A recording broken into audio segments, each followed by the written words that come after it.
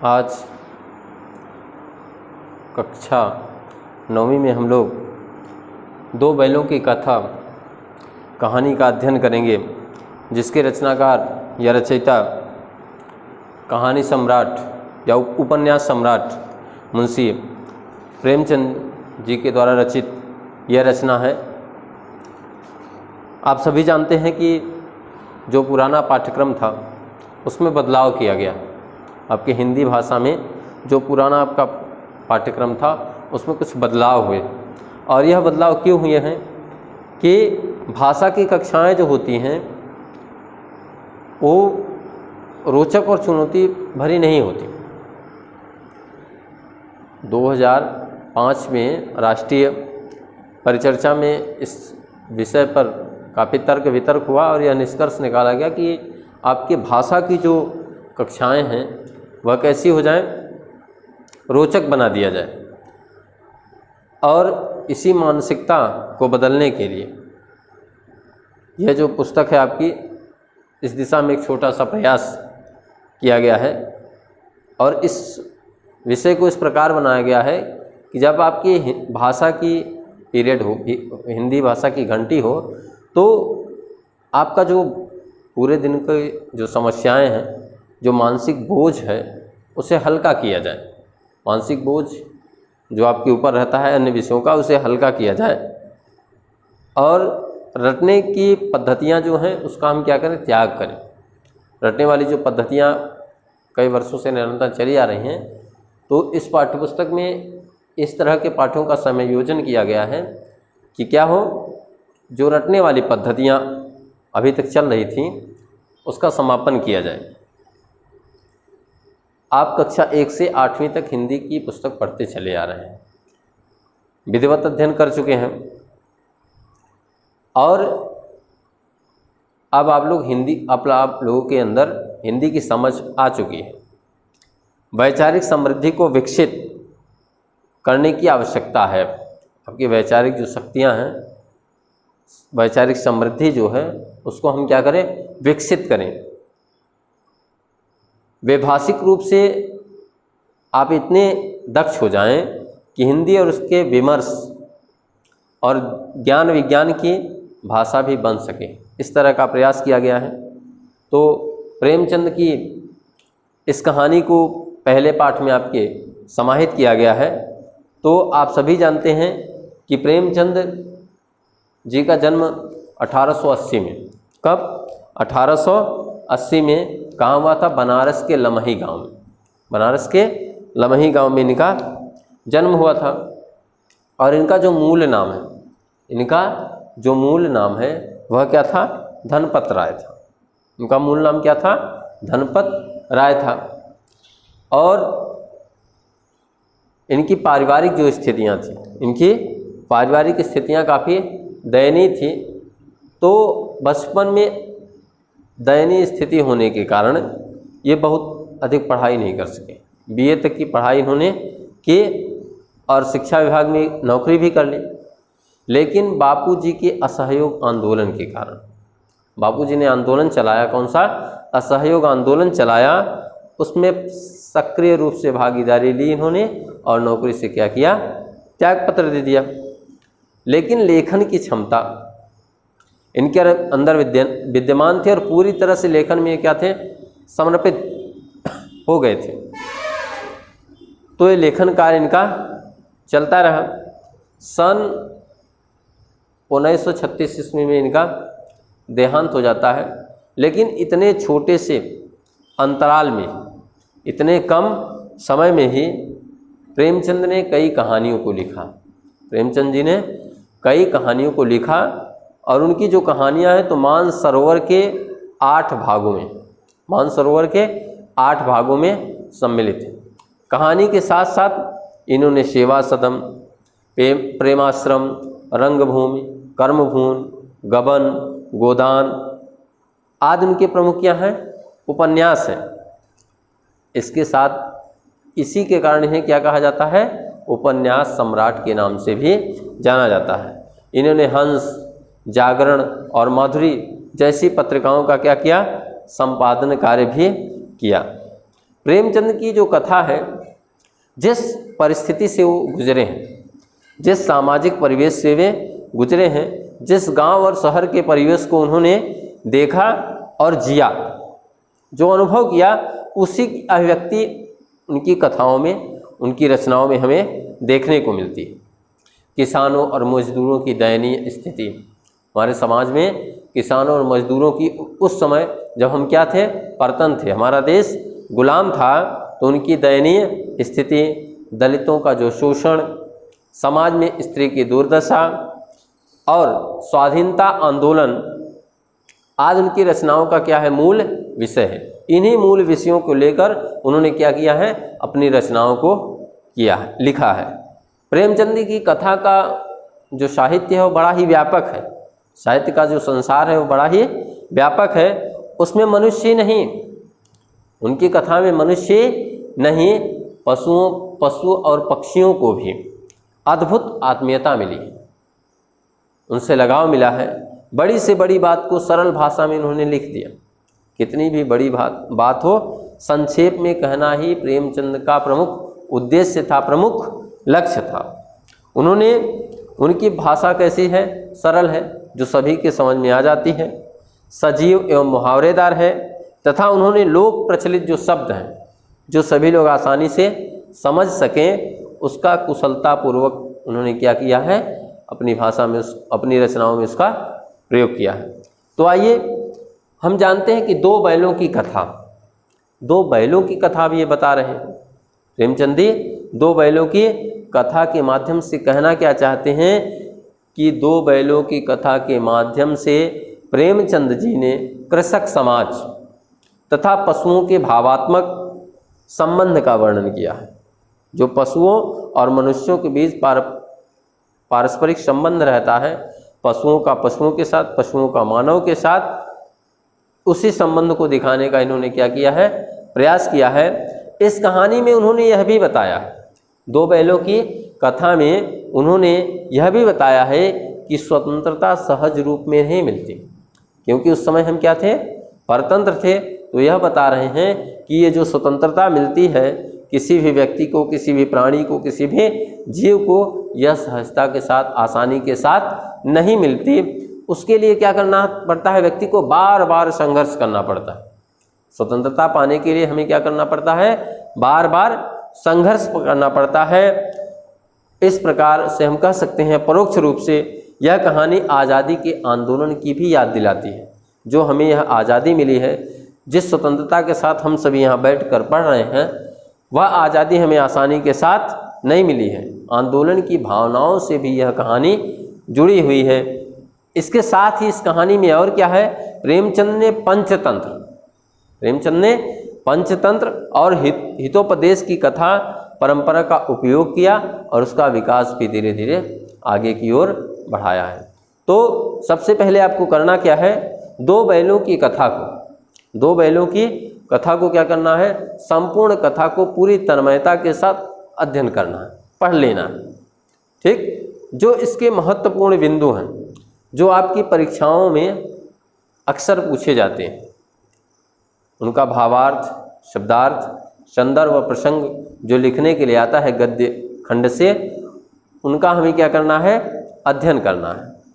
उन्हीं का हमें क्या करना है, अध्ययन कर लेना है। तो सर्वप्रथम आपका काम क्या होगा कि पूरी कहानी को पूरी तन्मयता के साथ, पूरे मन के साथ क्या करना है, अध्ययन करना है। जो कठिन शब्द हैं उन पर क्या करना है, नीचे अंडरलाइन करना है। जो कठिन शब्द आपकी समझ में नहीं आते कि इसका अर्थ क्या होगा, उसके नीचे क्या करना है, टिक करना है और उसे आपको पूछना है। चलिए, जो महत्वपूर्ण कहानी प्रमुख रूप से दो बैलों की जोड़ी पर निर्भर है। एक झूरी नामक किसान रहता है, झूरी काशी नामक एक किसान है, उसके पास दो जोड़ी बैल हैं। बैलों से बड़ा ही लगाव उसका, और बैलों का भी लगाव अपने मालिक के प्रति है। वह उन्हें विधिवत दुलारता है, पुचकारता है और वो प्रसन्नचित होकर उसके कार्य को करते भी। लेकिन एक बार की घटना है, झूरी उन अपने बैलों की जोड़ी को, उन बैलों की जोड़ी को क्या करता है, अपने साले को दे देता है, कुछ कार्य करने के लिए अपने साले को दे देता है। लेकिन जो उसके बैल हैं वह इस बात से अनभिज्ञ हैं कि मुझे दूसरी जगह क्यों भेजा जा रहा है। जब उन दोनों को अपने घर से दूसरे स्थान पर ले जाया जाने लगा तो वे स्तंभित हैं कि आखिर हमसे क्या कमी हुई। उन दोनों बैलों का नाम क्या है, हीरा और मोती। दोनों बैलों का नाम उसने क्या रखा है, हीरा और मोती। बढ़िया तगड़े बैल, मजबूत बैल, पूरे मन प्रसन्न होकर वो हीरा काछी के कामों को उसके अपने मालिक के कार्यों को क्या करते थे, बड़ी वफादारी से। झूरी काछी जो था तो उसके हीरा और मोती दोनों बैल जो थे वो क्या थे, पूरी प्रसन्नता के साथ उसके कार्यों को करते थे। दोनों बैल साथ साथ रहते थे, दोनों बैल साथ ही साथ रहते थे। दोनों में लगाव हो गया था, एक साथ चारा खाते, एक साथ बैठते, एक स्थान पर बांधे जाते। उन दोनों में भारी स्नेह हो गया था। संयोग यह हुआ कि झूरी ने क्या किया, एक बार उन दोनों को क्या किया, अपनी ससुराल भेज देता है। अब उसका साला जो था उसका नाम था गया। किसका, झूरी काछी का जो साला था उसका नाम क्या था, गया।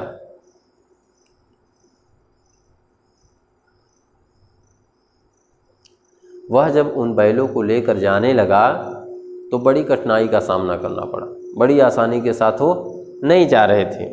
दांतों तले क्या हुआ, पसीना आ गया। परेशान हुआ, किसी तरह ले गया। जब दूसरे खूंटे पर उन दोनों को बांधा गया, गया के घर वो दोनों पहुंच गए तो सूखा भूसा उन्हें डाल दिया गया। एक तिनका भी उन्होंने कुछ नहीं खाया। किसी तरह दिन बीता, रात हुई। दोनों ने विचार विमर्श किया। पशुओं का आत्मीय लगाव देखिए, हम नहीं जानते कि आपस में कैसे बातें कर लेते हैं, किस प्रकार बातें करते हैं, लेकिन उनका आत्मीय लगाव, वो आपस में बातें कर लेते हैं।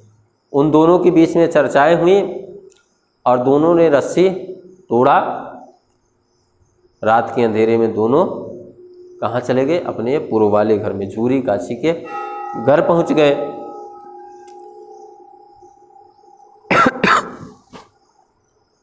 सोकर उठा झूरी काछी, सुबह देखा तो दोनों बैल उसके घर के सामने थे। प्रसन्नचित्त हो गया, दोनों को गले लगा लिया। देखा कि गले में गिराव लटका हुआ था, मतलब जिस डोरी में वो बांधे गए थे, तोड़ा था उन लोगों ने, तो आधा आधा उनके गले में फंसा हुआ था।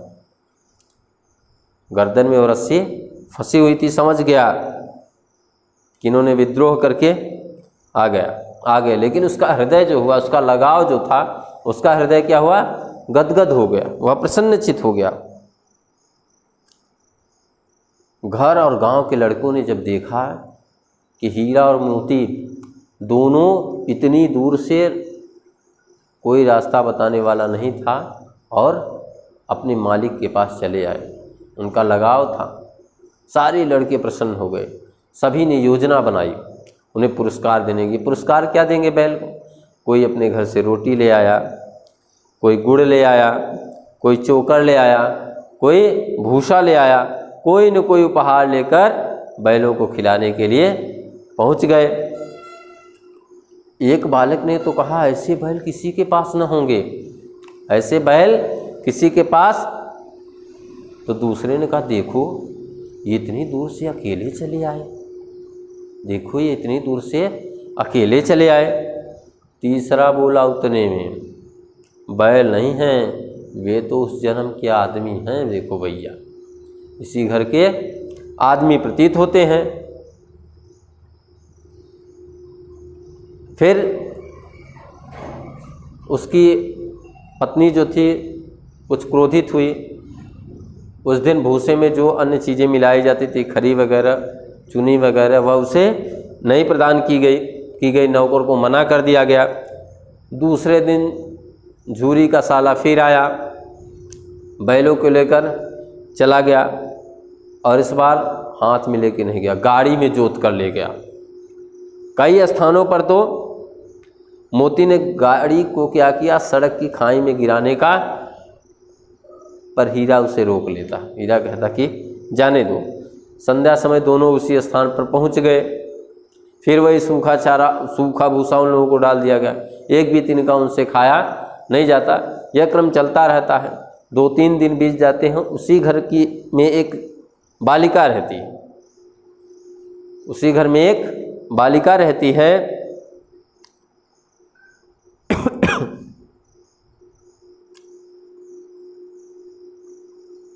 वह चुपचाप ले आकर उन दोनों बैलों को क्या करती है, रोटियां देती है।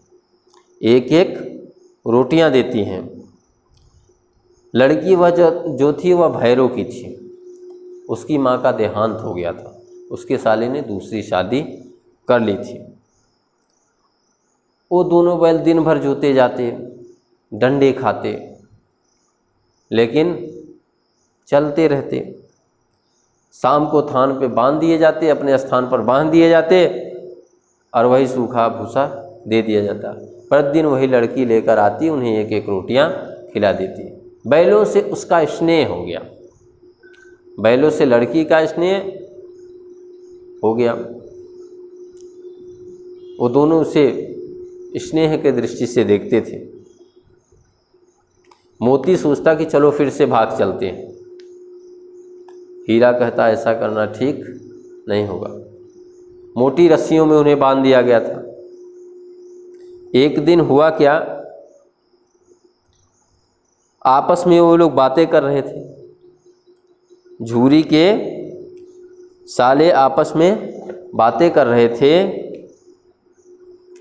कि नथ लगवा दी जाए तो ये जो भागते दौड़ते हैं वो क्या होंगे, नथ नाक में लगा दी जाएगी तो उससे क्या होगा, उनकी क्षमता जो होगी भागने दौड़ने की वह क्या हो जाएगी, कमज़ोर। आसानी के साथ उन्हें पकड़ा जाएगा।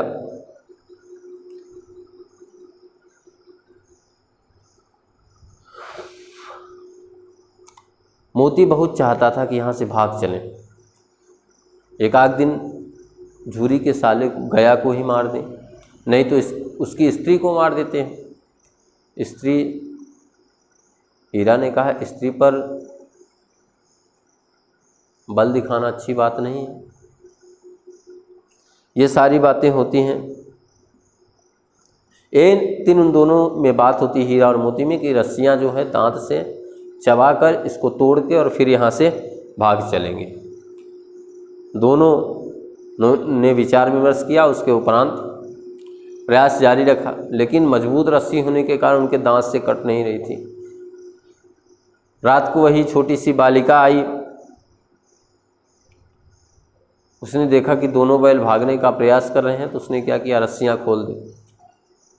लेकिन पशु होते हुए भी उन लोगों ने उसे स्नेह से देखा और कहा कि यदि हम भाग जाएंगे तो क्या होगा, सभी इसी पर संदेह करेंगे, इसी लड़की पर संदेह करेंगे और ये सौतेली माँ जो इसकी है वह क्या करेगी, इसे मारेगी। लेकिन लड़की ने गराव खोल दिया और कहा कि अब जल्दी क्यों नहीं जाते। जब वो जाने को तैयार नहीं हुए तो लड़की जोर जोर से चिल्लाने लगी। लड़की जोर जोर से चिल्लाने लगी।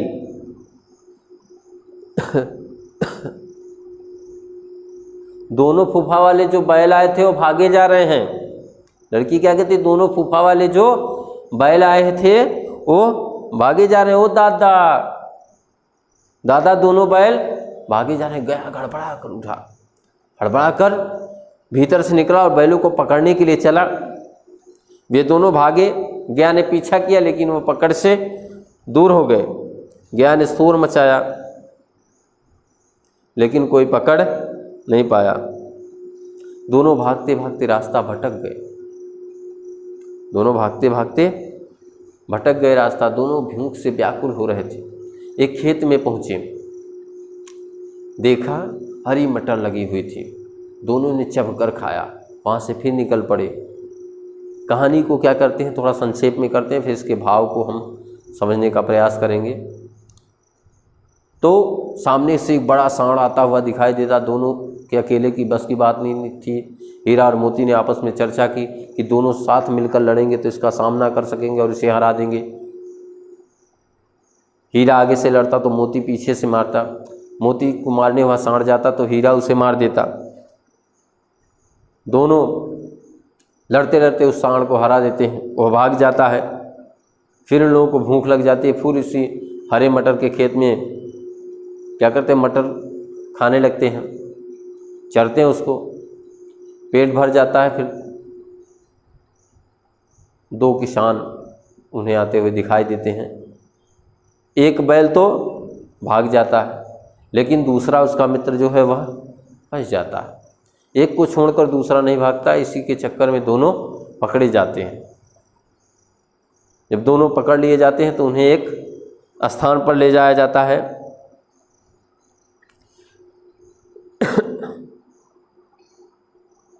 काजी हाउस में बंद कर दिया गया, जहाँ आवारा पशुओं को बंद किया जाता है, उसी स्थान पर उन्हें बंद कर दिया गया। दोनों मित्र जीवन में पहली बार किसी स्थान पर फंसे थे। सोचते थे इस दीवार को, कच्ची दीवार थी, इसको धक्का मार के गिरा दिया जाए और यहाँ से निकल लिया जाए। उसके अंदर बहुत सारे भेड़ बकरियाँ, गधा, गाय बंद थे।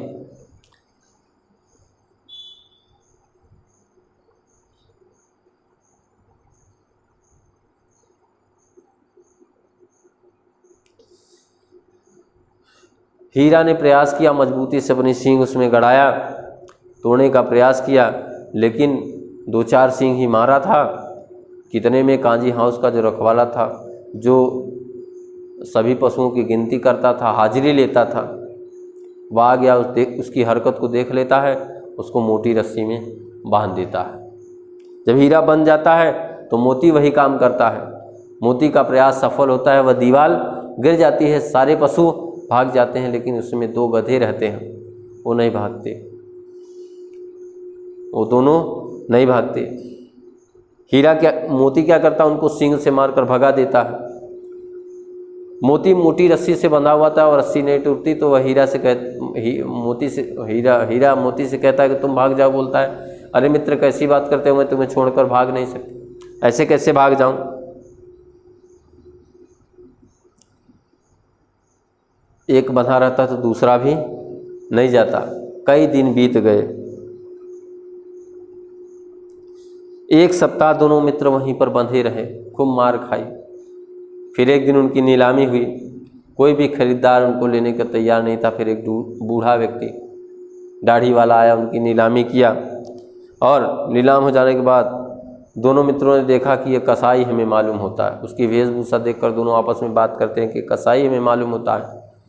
वह उसके साथ चल देते हैं। रास्ते में दोनों में परिचर्चा होती है कि रस्सी छुड़ाकर भाग चलते हैं, लेकिन एक कहता है कि ऐसा करना सही नहीं होगा।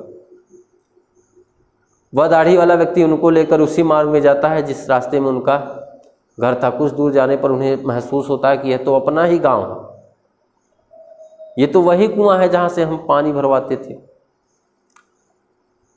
ये तो अपना ही घर है।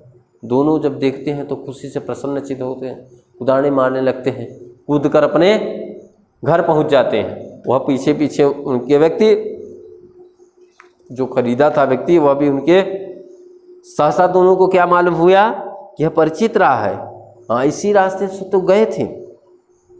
वही खेत, वही बाग, वही बगीचा। प्रति क्षण जब जानते थे कि यह वही रास्ता है तो उनकी गति क्या हो गई, तेज हो गई। सारी थकान, सारी दुर्बलता जो थी, इतने दिन से बिना खाए पिए थे, वह सब क्या हुए, समाप्त हुई। अरे अपना ही हार है, आ जाओ। इसी कुएं पर हम पुर चलाने आया करते थे, पुर से पानी भरने का काम किया। मोती ने कहा हमारा घर, सब कुछ हमें दिखाई दे रहा है। हीरा बोला भगवान की दया है, किसी तरह अपने घर लौट कर आ रहे, अब तो मैं घर भागता हूँ। तो उसने कहा क्या यह जाने देगा जिसने यह पकड़ रखा है? उसने कहा इसे मैं मार गिराता हूँ, अब तो जाने देगा। नहीं नहीं, दौड़कर थान पर चलो, नहीं घर चलो, वहाँ से हम आगे न जाएंगे। दोनों उन्मत्त होकर बछड़े की भांति कुलेले मारे और घर पहुँच गए। झूरी द्वार पर बैठा क्या कर रहा था, धूप खा रहा था, धूप ले रहा था सुबह सुबह। बैलों को देखते ही दौड़ा उनकी ओर और उन्हें बारी बारी से क्या किया, गले लगाए, स्नेह से गले लगा लिया। मित्रों की आंखों में आनंद के आंसू बहने लगे। एक झूरी का हाथ चाट रहा था, दूसरा गले में लिपटा हुआ था। दड़ियल ने आकर बैलों की रस्सियाँ पकड़ ली। जो दाढ़ी वाला व्यक्ति था वह आया पीछे पीछे, उनके रस्सियाँ पकड़ ली। झूरी ने कहा मेरे बैल हैं। झूरी ने कहा मेरे बैल हैं। तुम्हारे बैल कैसे? दड़ियल ने कहा तुम्हारे बैल कैसे? मैं मवेशी खाने से नीलाम किए ले आता हूँ। झूरी ने कहा मुझे तो लगा कि चुरा के ले आ रहे हो, चुपके से चले जाओ। मेरे बैल हैं, मैं बेचूंगा तो बिकेंगे और नहीं बेचूंगा तो नहीं बिकेंगे। दड़ियल ने कहा जाकर थाने में रिपोर्ट कर दूंगा, थाने में जाकर रिपोर्ट कर दूंगा। दड़ियल झल्लाकर बैलों को ज़बरदस्ती पकड़ कर ले जाने के लिए आगे बढ़ा। उसी वक्त मोती ने सींग चलाई। जब सींग देखा तो वह पीछे हटा। जब पीछे हटा तो मोती उसे दौड़ा लिया और तब तक दौड़ाता रहा जब तक वह गांव से बाहर नहीं निकल पड़ा। पत्थर मारता, गालियां देता और मोती जब विजयी हो गया, भाग गया, जब विजयी सूर की भांति उसका रास्ता रोके खड़ा था कि आगे नहीं जाने दूंगा। गांव के लोग यह तमाशा देखते रहते और हंसते रहते। जब दड़ियल हार कर चला गया तब मोती अकड़ता हुआ लौटा। मोती क्या हुआ? अकड़ता हुआ लौटा। हीरा ने कहा मैं डर रहा था कहीं तुम गुस्से में आकर उसको मार न बैठो। तो उसने कहा अगर वह मुझे पकड़ता तो मैं बिना मारे छोड़ता भी नहीं। अब ना आएगा तो दूर से ही खबर ले लूँगा कि वह आ रहा है, तो दूर से ही खबर ले लूँगा, देखूं कैसे ले जाता है। मोती ने कहा जो गोली मरवा दे तो मर जाऊंगा, पर उसके काम तो ना आऊँगा। हमारी जान को कोई जान ही नहीं समझता, जो मन करता है वही करवाता है। इसीलिए हम इतने सीधे हैं। जरा देर में नादों में खली आ गई, भूसा आ गया, चोकर आ गया, दाना भर दिया गया। दोनों मित्र खाने लगे।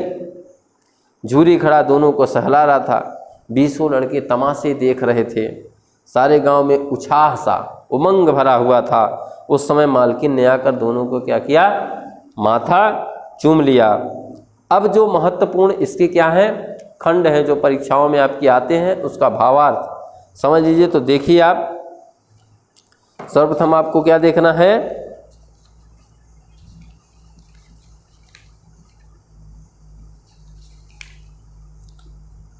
पहला पेज खोलिए और देखिए सुख दुख हानि लाभ किसी भी दशा में उसे बदलते नहीं देखा। यहाँ से देखिए ऋषियों मुनियों के जितने गुण हैं वे सभी उसमें पराकाष्ठा को पहुँच गए। पर आदमी उसे बेवकूफ़ कहता है। किसे?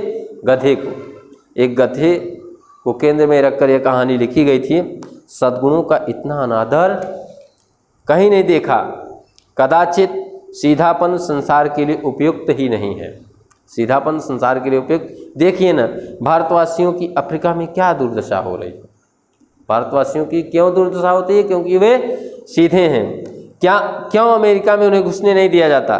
बेचारे शराब नहीं पीते, 4 पैसे कुछ समय के लिए, खराब समय के लिए बचा कर रखते हैं, जी तोड़कर काम करते हैं, किसी से लड़ाई झगड़ा नहीं करते, 4 बातें सुनकर गम खा जाते हैं, फिर भी बदनाम हैं। अब इसका हमें क्या करना है? मान लीजिए आपकी परीक्षा में आ गया, तो इसका संदर्भ कैसे आप लिखेंगे कि प्रस्तुत गद्यांश हमारी पाठ्य पुस्तक का नाम क्या है? क्षितिज के भाग 1 पाठ 2 बैलों की कथा से अवतरित किया गया है। इसके रचयिता कौन है? मुंशी प्रेमचंद। कहानी सम्राट मुंशी प्रेमचंद जी हैं।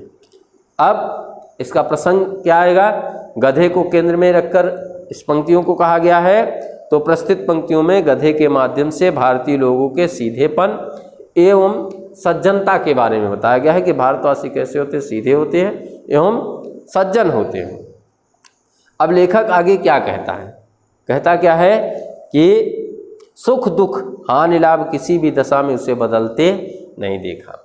यही नहीं कह रहा है लेखक गधा नामक विशेष जो पशु है, पशु विशेष के जीवन विषय पर प्रकाश डालते हुए कहते हैं कि भगवान चाहे सुख दे, भगवान चाहे सुख दे चाहे दुख दे, आप हानि में रहो या फिर आपको लाभ मिले, वह सबको सहन करता है। कौन? गधा सभी को सहन करता है। किसी भी परिस्थिति में गधे में परिवर्तन नहीं होता, चाहे वह सुखी रहे चाहे दुखी रहे, चाहे उसे खाना मिले अथवा न मिले। परंतु जिस प्रकार से हमारे महर्षि, हमारे साधु संत सुख दुख, प्यास के, भूख के अपने जीवन में एक रूपता लाते हैं, उनके चेहरे पर कभी थकान का अनुभव, सिकन का अनुभव हमें देखने को नहीं मिलता। उसी तरह कौन है? गधा है। इससे सिद्ध होता है कि गधा क्या है? सद्गुणी जानवर है। सद्गुणी जो व्यक्ति होता है उसे हानि लाभ जीवन मरण के विषय में चिंता नहीं रहती। तो गधा भी कैसा है? सद्गुणी जानवर है। अधिक सीधापन भी ठीक नहीं होता। लेखक आगे कहता है कि अधिक सीधापन भी ठीक नहीं होता। क्यों? क्योंकि सीधे जीव को व्यक्ति क्या समझ लेता है? मूर्ख समझ लेता है। जो सीधा व्यक्ति होता है उसे मनुष्य क्या समझता है? मूर्ख समझ लेता है, समाज मूर्ख समझता है। सीधेपन के कारण ही अफ्रीका में ना, सीधेपन के कारण ही अफ्रीका में भारतवासियों के साथ दुर्व्यवहार हो रहा है। भारतवासियों के साथ दुर्व्यवहार का कार्य किया जा रहा है। अमेरिका में भारतीय लोगों के प्रवेश पर रोक है। कठिन परिश्रम करके व्यक्ति क्या करता है? जीविकोपार्जन के लिए कठिन समय के लिए पैसे बचाकर रखता है, उसमें बचत करके बुरे समय में ताकि काम आए तो उसे हम रखे रहें, यही सोचता है। भारतीय झगड़ालू भी नहीं है। भारत का व्यक्ति झगड़ा भी नहीं करता है। यदि किसी से झगड़ा हो भी जाए, यदि किसी से झगड़ा हो भी जाए तो एक कान से सुनता और दूसरे से निकाल देता है। अब इसमें विशेष क्या है कि आजकल सीधे जीव को, सीधे मनुष्य को क्या समझा जाता है? मूर्ख समझा जाता है। इसमें भाषा कौन सी है? साहित्यिक एवं खड़ी बोली का प्रयोग किया गया है। अफ्रीका एवं अमेरिका देशों में जो अमानवीय कृत्य किए जाते हैं उसके विषय में बतलाया गया है। फिर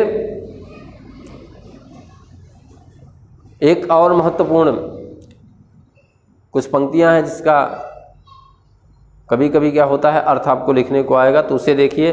सहसा दोनों को ऐसा मालूम हुआ कि यह परिचित रहा है। सहसा दोनों को मालूम हुआ कि यह परिचित रहा है। हाँ, इसी रास्ते से गया, उन्हें ले गया था। गया मतलब झूरी का साला। वही खेत, वही बाग, वही गांव मिलने लगे। प्रतिक्षण उनकी चाल क्या हुई? तेज होने लगी। जब अपनापन दिखा तो उनकी गति में क्या हुआ? परिवर्तन हुआ। सारी थकान, सारी दुर्बलता गायब हो गई। आहा, यह लो, अपना ही हार आ गया। इसी कुएं पर हम पुर चलाने आया करते थे, यही कुआं है।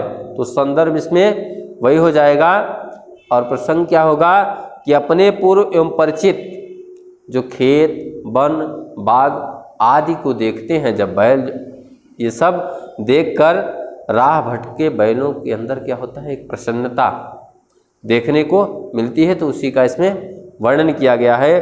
तो सहसा दोनों को ऐसा मालूम हुआ जब एक बधिक कसाई जो था बैलों को लेकर अपने घर ले जा रहा था, उन दोनों बैलों को अपने घर ले जा रहा था। वह तब उसी मार्ग से जाता है जिस मार्ग से बैलों को ले जाया गया था, और उसी मार्ग में झूरी के खेत और क्या है? खलिहान है। दोनों बैलों को भूला हुआ मार्ग पुनः याद आ जाता है। बहुत दिन से नहीं आए थे तो उन्हें मार्ग भूल गया था। पूर्व परिचित बाग, गांव, खेत आदि को देखकर बैलों को बहुत अधिक प्रसन्नता हो जाती है। परिचित स्थानों को देखकर उनकी चाल में क्या होता है? तेजी भी आ जाती है। वो परिचित स्थान को जब देखते हैं, उन्हें अपना गांव दिखता है तो उनकी गति में क्या होता है? परिवर्तन हो जाता है। कमजोरी या संपूर्ण थकान क्या होती है? मिट जाती है। अपना पुराना खेत, हार तथा पुर के द्वारा पानी निकालने वाला कुआं देखकर उन्हें परम संतोष मिल गया और उनके आनंद का कोई ठिकाना न रहा। और इसमें विशेष आपको क्या देखने को मिला कि बैलों की इसमें क्या किया गया है, प्रसन्नता का वर्णन। बैल इतने प्रसन्न हैं तो उनकी प्रसन्नता का वर्णन है। भाषा सरल एवं साहित्यिक है। प्रेमानुभूति का यथार्थ वर्णन है। अब यह संपूर्ण जो बैलों की कथा थी प्रेमचंद जी के द्वारा, जिन्हें कहानी सम्राट भी आप कहते हो, इन्हें उपन्यास सम्राट भी कहा जाता है, यह समाप्त हुआ। इसके जो महत्वपूर्ण प्रश्न हैं उन पर आप विचार कीजिए। जो कोई भी समस्या है तो उसे पूछिए।